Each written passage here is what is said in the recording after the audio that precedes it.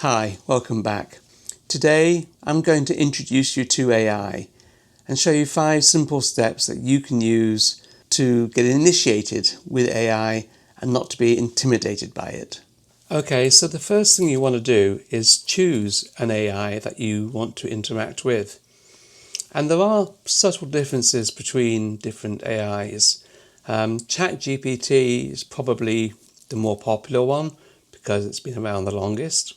You also have Claude, which is very good at writing. If you're wanting help to write your autobiography or something, you could have Claude go ahead and do that. And Perplexity is known more for research. It also, I believe, has more access to the web. It can find things that are far more current, whereas with other AIs, they may be a little bit out of date, although they are getting better. So for today's example, we're going to use ChatGPT, and I'm going to show you exactly how to set up an account, a free account, and how to use it.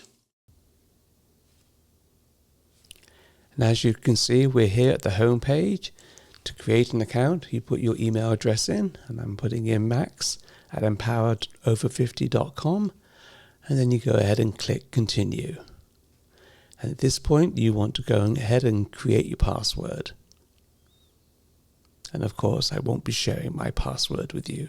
Sorry, guys. Then click continue. And then you'll receive an email, and within that email will be a 6-digit number. And you'll want to check your email, get that number, and then put it into this code box. This should only take a few seconds. As you can see, I'm putting in my number, clicking continue.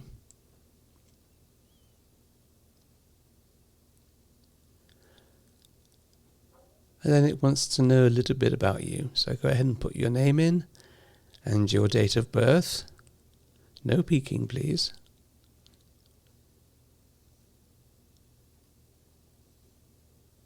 And then you go ahead and click continue.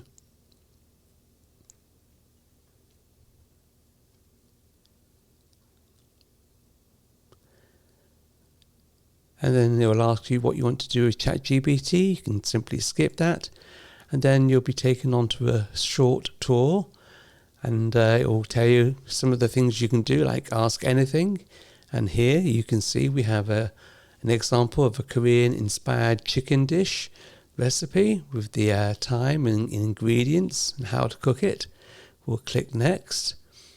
You can also upload a picture to ChatGPT, and it can do multiple things with it, including graphics. So we'll click next. And then you can also upload PDFs and documents to it, so ChatGPT can look at them. And then that's it, we're all set. And this is the home page that you can see in front of us. Now, a good thing to start to do with ChatGPT is to simply ask, what can it do? And I'm going to put in a prompt here, and I'm going to ask it, I am new to ChatGPT and AI. Please give me, or can you give me, the top 10 popular requests, items, kind of thing. Here we go. Use cases. Oh, I spelled cases wrong. Let me go ahead and correct that. As an example. And then we'll click and hit enter. If you're enjoying this video, please comment, like, and subscribe to the channel, and ding that notification bell so you get notified when a new video drops. So now it gives us a list of 10 useful purposes AI can serve. And we start off with learning and research. So if you want to learn about quantum computing, it can help you. If you're researching maybe a project you're working on, it can do that. If you want to learn a language, it can teach you a language. Writing help. It can write blog posts or give you a healthy morning routine. Emails, letters, and it will check and fix your grammar for you. Business productivity. So it can help you create agendas, draft social media, marketing plans. Reporting, planning, and communication. Customer service chatbots. We all know what those are.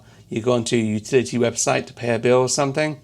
And there'll be that little chat bot at the bottom of the screen saying, "Can I help you?" That's a chat bot. Coding and development. So if you were wanting to fix any coding scripting, which is beyond my pay grade, but it can help you with coding. Summarizing things. So for example, if you were to have, let's say divorce papers or any kind of contract that you wanted to see if it was okay or not without initially going to a lawyer, AI can go through that contract and flag things for you. With contracts though, it's also worth always going to a lawyer as well, but at least AI can give you a heads up, and it's pretty good. Planning and organization. So if you were planning a workout plan, or maybe you were doing a study schedule, could be travel, any kind of planning and organization. Creative inspiration. This is what I use a lot of AI for, getting ideas for videos, trying to find what's really important to the over 50 demographics. And AI helps me a lot by finding the subjects that really do matter to people of our age. Language translation and practice. So that goes back to what I mentioned before about learning languages. It can teach you a language. It can also translate for you.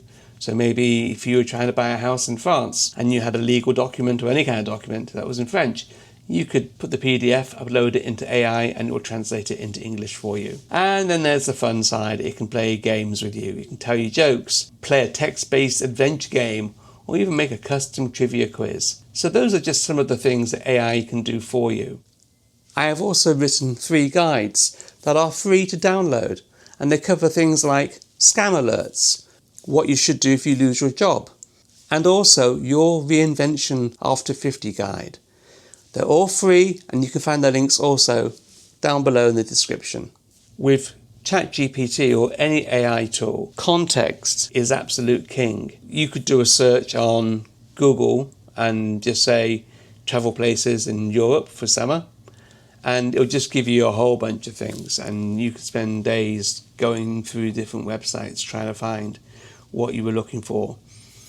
And AI is exactly the same thing. If I were to put in here, find me cheap vacations, let's try if I can spell, vacations in Europe for the month of July. Let's try August. We're in July, at the end of July. Month of August. Alright? And it's now going to search the web. And it's going to try and find cheap vacations in Europe for the month of August. And here, it's just going to give you lots and lots of information, including prices, tips for travel, final picks of places that are cheap in Europe in the month of August. Now, if you were to refine that, you could say you wanted to go, you were really interested in Italy. So you could put, find me a cheap vacation from August, say I'm making up dates, 15 to the 23rd. I am looking for a quiet village setting in Tuscany, where there are vineyards. So as you can see, that's a lot more detailed than the original prompt. Let's hit enter and see what we get.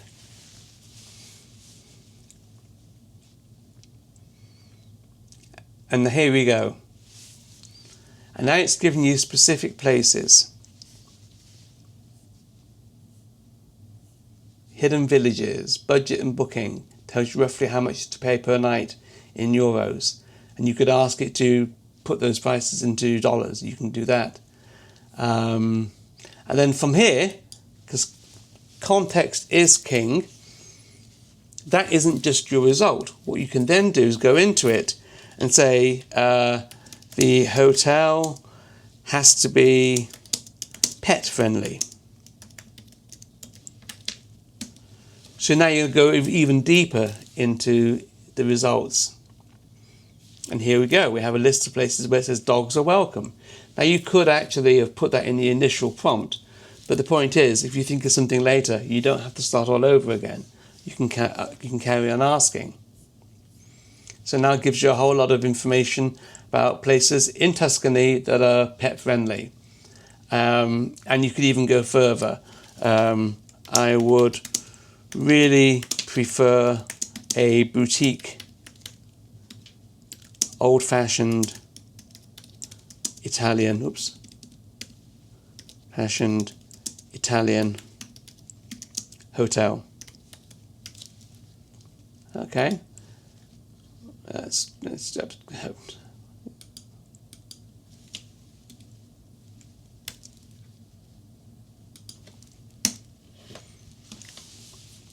So as you can see now, it's going deeper and deeper and deeper into the search for you. So the top one here, number one, and you have to excuse my Italian, Borgo Scoperto, Wine and Country Relay, near Chianti, near Siena, Chianti. This countryside estate offers 14th century charm, elegant restored rooms, winery views, stone courtyards, and a peaceful spa pool. You see? So you can continually refine your prompts until you find exactly what it is you want. And you can ask anything. If you want to know about the prices, you could ask about the flight information. You can do all that for you. But the main subject I want to cover today is the prompting. The more detailed, the more context you give, the better response you're going to get. I have written a book called The Beginner's Guide to AI. It's available from Amazon for $4.99. It's a Kindle edition. I'll leave a link in the description below. So now, an everyday use could be something like, if you're unfortunate like myself, I have diabetes, but I can go into ChatGPT and say, I am a type 2 diabetic. Could you give me a weekly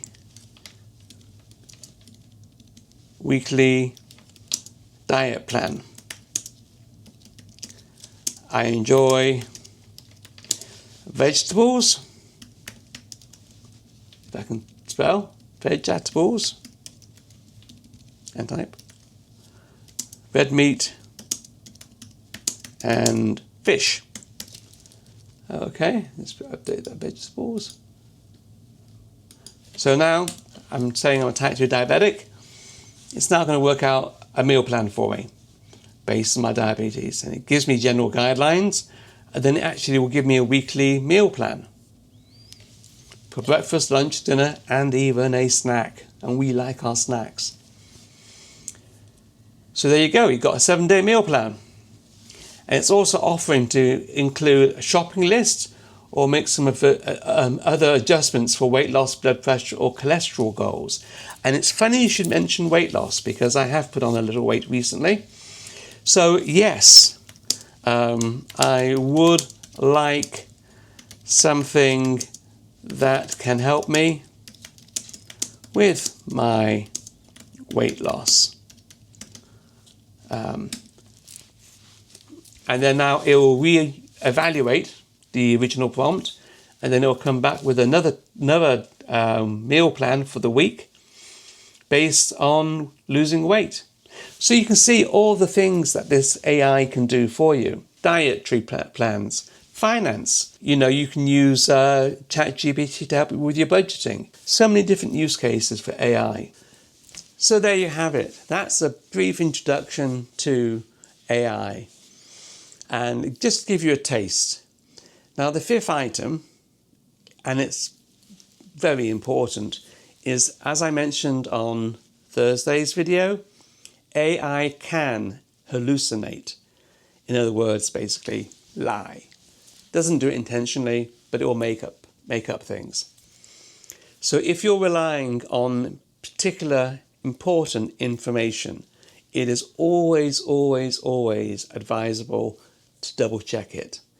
As I mentioned earlier, with regards to contracts, AI is a great tool to review a contract, let you know if it's a standard contract, maybe you're renting an apartment or something, it will review it. and it will let you know if there's anything that's funny in it. But anything that's really critical, like, for example, divorce papers, you will want to go to a lawyer ultimately and get professional help with that. But AI is a good starting point to make you aware of things that are in it that you may want to bring up to the lawyer. So always check and verify anything that's important to you and crucial. And also, do not be afraid to play with AI. On the free plans, you do have limited access, but it will give you a taster. And if you use one free plan and it has limited access and it says, right, you got to upgrade, try another AI, Claude or Perplexity, and you can extend your playtime there until you get a bit more comfortable. Or alternatively, plans normally start at about $20 a month for most of these AI platforms, and you can cancel at any time.